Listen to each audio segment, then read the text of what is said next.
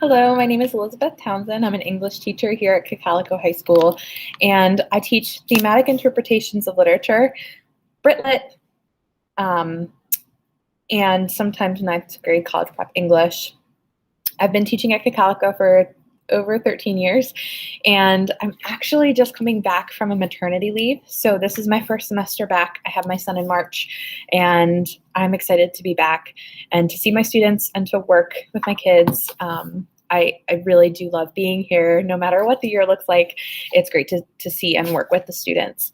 Today, I'm going to talk to you a little bit about thematic interpretations of literature. This is actually the only course, multiple sections, that I'm teaching this semester. So far, my students are great, and we have wonderful classes. So I'm actually going to present the syllabus on here for you. And if you ever have any questions for me, feel free to reach out at the school. The phone number is 717-336-1423, and they can always just patch you through to my voicemail or my classroom at any point. And you can also email me. I'm really quick with email. If you email me in the middle of the day, I should be able to get back to you before the end of the day. But again, anytime you have any questions for me about how your child is doing, about how the class is going, questions about the content of the course, feel free to reach out to me. So let me share my screen with you. Fortunately, this is all new to me. So the kids have been really wonderful in helping me and giving me a little bit of grace as I adjust to the program that we have with Google Meet and the way that the school day is scheduled. So thematic interpretation of literature is a course that I actually designed 2 years ago. And the objective of the course is to prepare students for an English college course with an examination of the question, what does it mean to be human?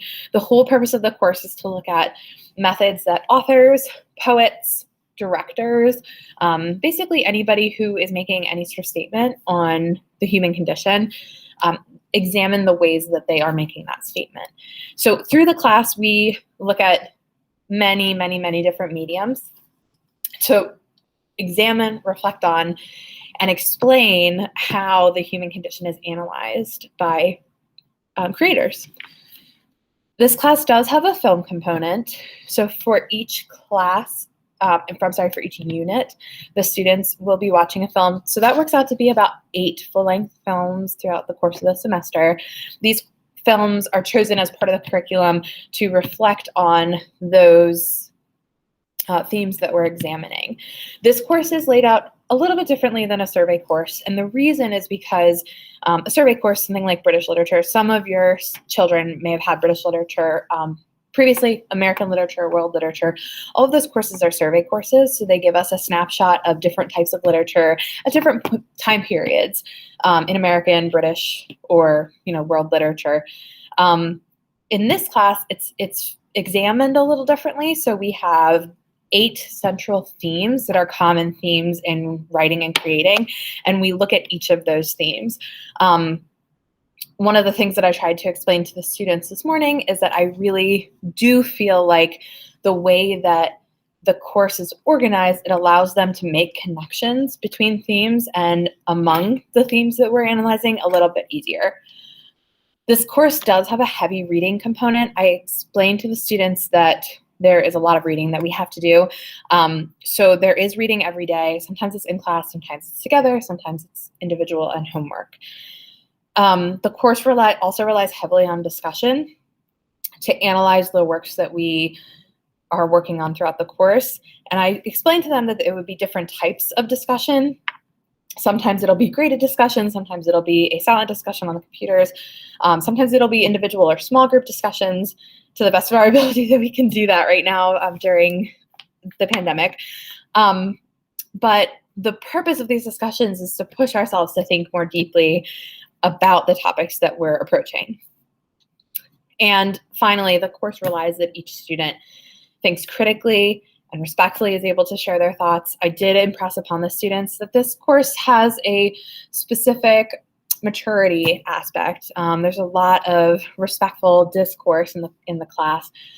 That's why the class is offered to juniors and seniors as the pinnacle of maturity in our school. But this course, the purpose is to have an open dialogue and to sort of have an individual growth on what we believe to be true about human nature and humanity, common humanity. The final exam is actually a written analysis. I don't usually give it during final exam time, and with the pandemic and the end of the semester, it will be a bit of a shift, but it's basically our culmination of our portfolio project, which is our final piece that we work on each part of the semester. So each unit has a portfolio piece, and that is culminated in a final portfolio. Let me go back to the course itself. I just want to explain the way that I set it up.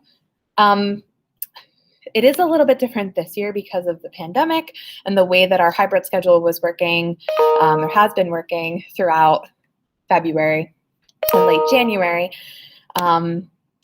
For each week, I have a page that shares what we will be doing, and then each of these units are actually not available for students to view, but these are each of our individual themes, and our final portfolio comes together here. So all of the films, I'm sure actually you're familiar with this because you signed a permission form for your child to participate in the class and view the films. All of the films are Oscar winning or nominated films. They are all films that we've sort of curated as part of the curriculum so that it can add to and enhance the analysis of each theme for the students. And that is the thematic interpretation course in a nutshell. As I said, feel free to reach out to me if you ever have any questions about the course, the way the course is run, your child and how your child's doing in class. I recognize that this is an interesting, for lack of a better word, difficult year for a lot of people, myself included. It's very hard to become a parent. My son is my first, so it's very hard to become a parent in the beginning of the pandemic, in the pandemic at all. And I know that everybody, as I told my students, I know that everybody is processing and working through this as best they can.